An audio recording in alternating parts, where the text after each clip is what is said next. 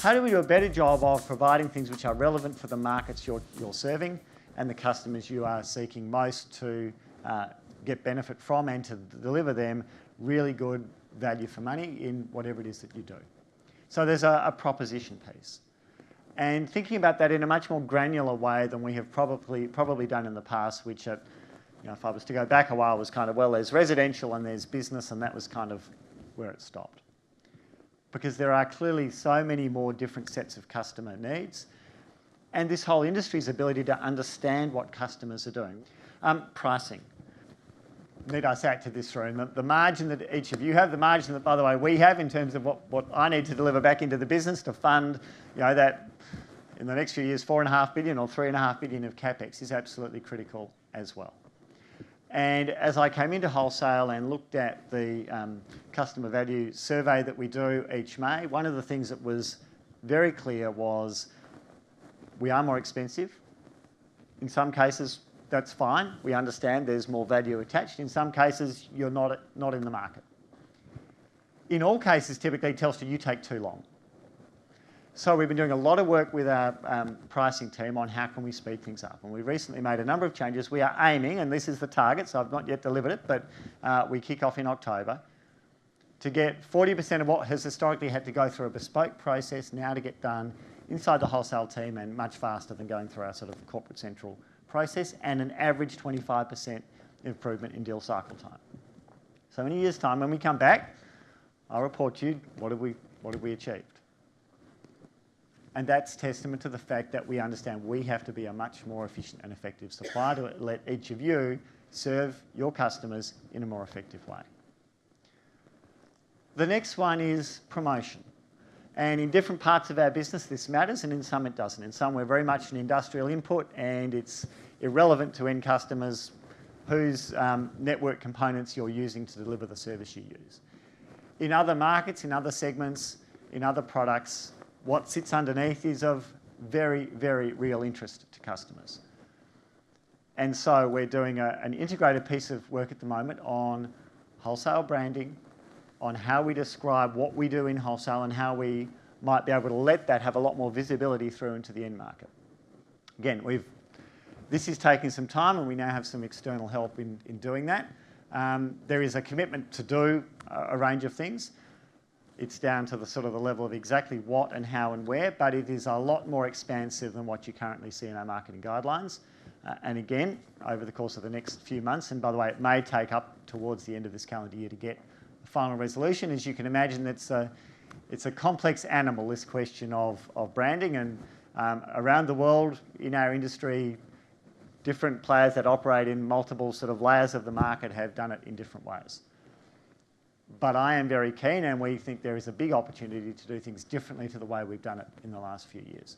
And again, it's highly relevant to some of you, it's less relevant to others. But that promotion piece and how we collectively sell the value of what we do together is part of delivering a better service, having a market that's more informed, and ultimately enabling us to grow what customers not only use but are also willing to use even more, and obviously to pay for.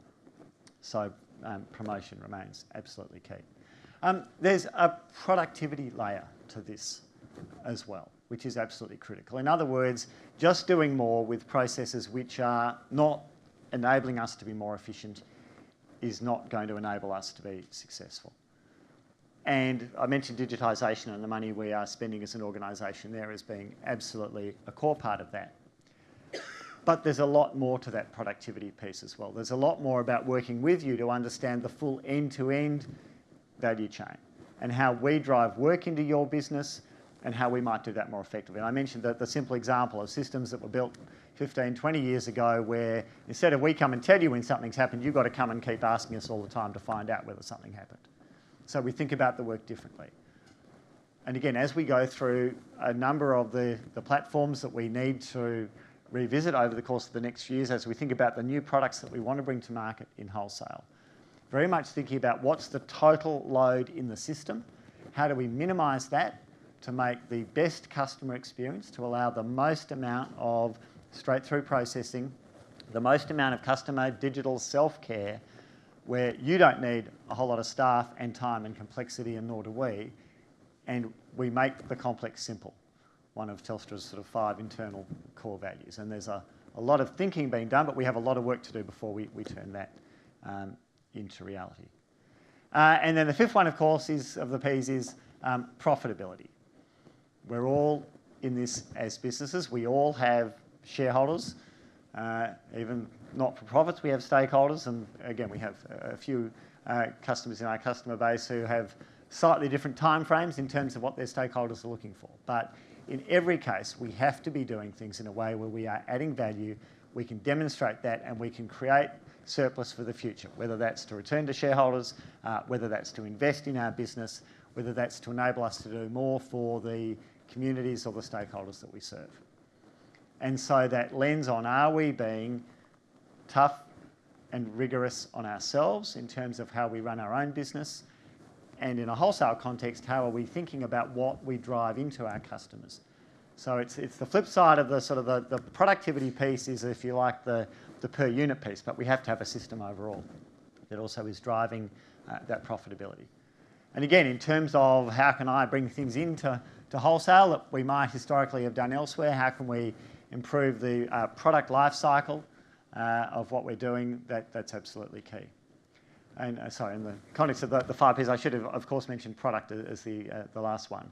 And that's really a multi-pronged question about the right products for wholesale, where we are not over-engineering when that's not what customers need, but equally where we're saying we've got some amazing networks and capability, how do we get the most value from those in a way that is going to be most beneficial to end users?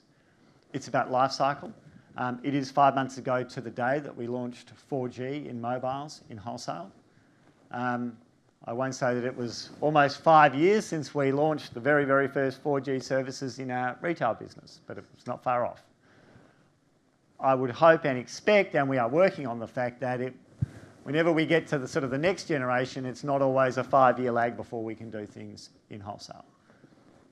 But clearly, as each of you do in your businesses, there are things where you would expect to see sort of life cycle as a component of product. So that's essentially the model that we're looking at. It's how do we think more about end users? How do we enable you to be more successful in whatever way you've chosen to focus your business, and whatever we can usefully add to what you do yourself or buy from others.